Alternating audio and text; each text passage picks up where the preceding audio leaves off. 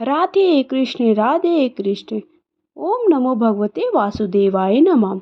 पद्मिनी एकादशी व्रत का पारण आपको 30 जुलाई 2023 दिन रविवार को 5:41 से लेकर के 8:24 के बीच में करना है। पारण के दिन द्वादशी का समापन 10:34 पर होने वाला है, तो आपको पारण इस समय के बीच पर ही करना है। हरिवासर के समय पर पारण ना करें। पारण के समय सुने माता तुलसी की ये कथा, क्योंकि भगवान विष्णु को माता तुलसी अति प्रिय है। इसलिए भगवान का पूजन करने के बाद किसी ब्राह्मण को भोजन कराएं। ब्राह्मण को भोजन और दान करने के बाद इस कथा को अवश्य सुनिए। बोलिए श्रीमन नारायण नारायण हरि हरि। प्राचीन काल में एक लड़की का जन्म राक्षस कुल में हुआ, जिसका नाम वृंदा था। दैत्यराज काल नेमी जैसी राक्षस परिवार में पैदा हुई होने के बाद भी वृंदा भगवान विष्णु की पूजा करती। वृंदा बड़ी हुई तो उसकी शादी जलंधर नामक दैत्य से हो गई। जालंधर काफी शक्तिशाली राक्षस था, जिसका जन्म भगवान शिव के तेज के कारण समुद्र में हुआ। बलवान होने के कारण जलंधर को दैत्यों का राजा बनाया गया। वृंदा से शादी करने के बाद जलंधर की शक्ति और पराक्रम बढ़ता ही गया, क्योंकि वे बहुत ही पतिव्रता स्त्री थी। उसे किसी भी तरह से हराना बड़ा ही मुश्किल का काम होने लगा। जालंधर के बढ़ते अहंकार व आतंक से सभी देवता परेशान थे। जालंधर की बढ़ती ताकत के पीछे उसकी पत्नी वृंदा की विष्णु भक्ति और सात्वित्व था। होते होते जालंधर अपनी शक्ति और अहंकार में चूर होकर स्वर्ग की देवियों पर काबू पाने की कोशिश करने लगा। इसी दौरान एक बार उसने माता लक्ष्मी को पाने का भी प्रयास किया, परंतु समुद्र से जन्म लेने के कारण माता लक्ष्मी ने उसे अपना भाई बना लिया। फिर उसकी नज़र माता पार्वती पर भी गई। उन्हें पाने के लिए जालंधर मायाजाल बनाया। अपने मायाजाल से जालंधर ने शिव का रूप धारण किया। माता पार्वती के करीब जाने की कोशिश करने लगा। उसी वक्त माँ पार्वती ने उसे पहचान लिया और जब तक जालंधर कुछ समझ पाता वह अदृश्य हो गई। जालंधर की इस दुर्व्यवहार से पार्वती जी को काफी गुस्सा आया। इस पूरी घटना के बारे में उन्होंने भगवान विष्णु को बताया। इधर जालंधर भगवान शिव से पार्वती जी को पाने के लिए कैलाश पर्वत पर युद्ध कर रहा था। तभी भगवान विष्णु ने जालंधर को सबक सिखाने की ठानी। सभी को पता था कि जालंधर अपनी पत्नी के पूजा पाठ और सतीत्व की वजह से ही अजय हुआ है। ऐसे में भगवान विष्णु ने जालंधर को हराने के लिए उसकी पत्नी का पतिव्रत धर्म का भंग करने की मायावी चाल चलने लगे, क्योंकि सब जानते थे कि जब तक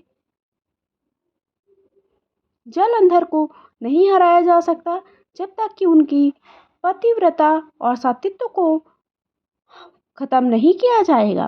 भगवान विष्णु एक साधु का रूप धारण करके वृंदा से वन में मिलने गए।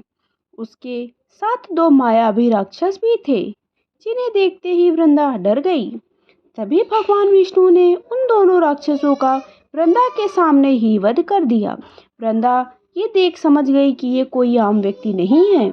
उसी पल वृंदा ने साधु से अपने पति के बारे में पूछा। साधु बने भगवान ने अपनी माया शक्ति से दो बंदर प्रकट किए। दोनों बंदरों के हाथ में जालंधर का सिर व धड़ था। ये देखते ही वृंदा बेहोश हो गई। कुछ समय बाद होश में आने पर वो साधु से अपने पति के दोबारा जिंदा करने की प्रार्थना करने लगी।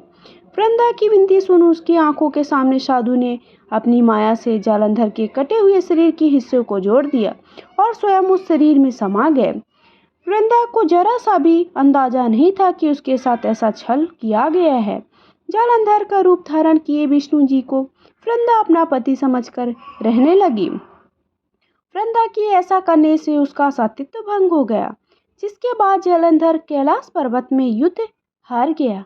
तब वृंदा को यह सच पता चला तो उसने गुस्से में विष्णु भगवान को पत्थर बनने का श्राप दे दिया। इस घटना के बाद वृंदा स्वयं सती हो गई।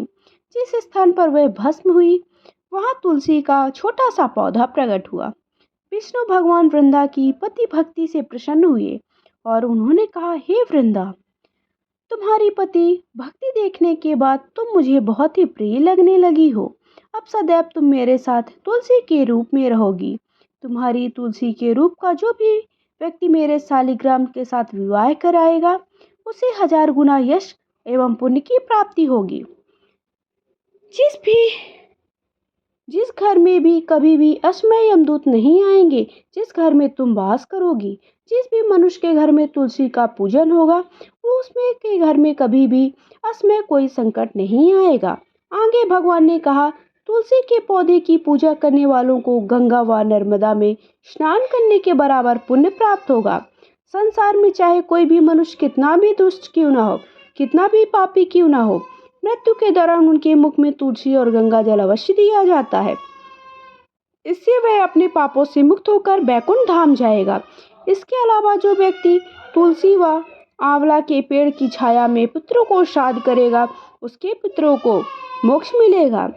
छल इससे ये हमें सीख मिलती है कि छल कपट या फिर अपनी शक्ति का हमें कोई भी दुरुपयोग नहीं करना चाहिए। ऐसा करने से व्यक्ति का विनाश अवश्य होता है। इस प्रकार से द्वादशी के दिन अर्थात एकादशी के पारण के दिन, पद्मिनी एकादशी के व्रत के पारण के दिन इस कथा को सुनने मात्र से आपके समस्त पाप नष्ट हो जाते हैं। साथ ही साथ बैकुंठ की प्राप्ति हुआ करती है, आपकी समस्त मनोकामनाएं पूर्ण होती हैं और भगवान विष्णु का आशीर्वाद हमेशा आप पर बना रहता है।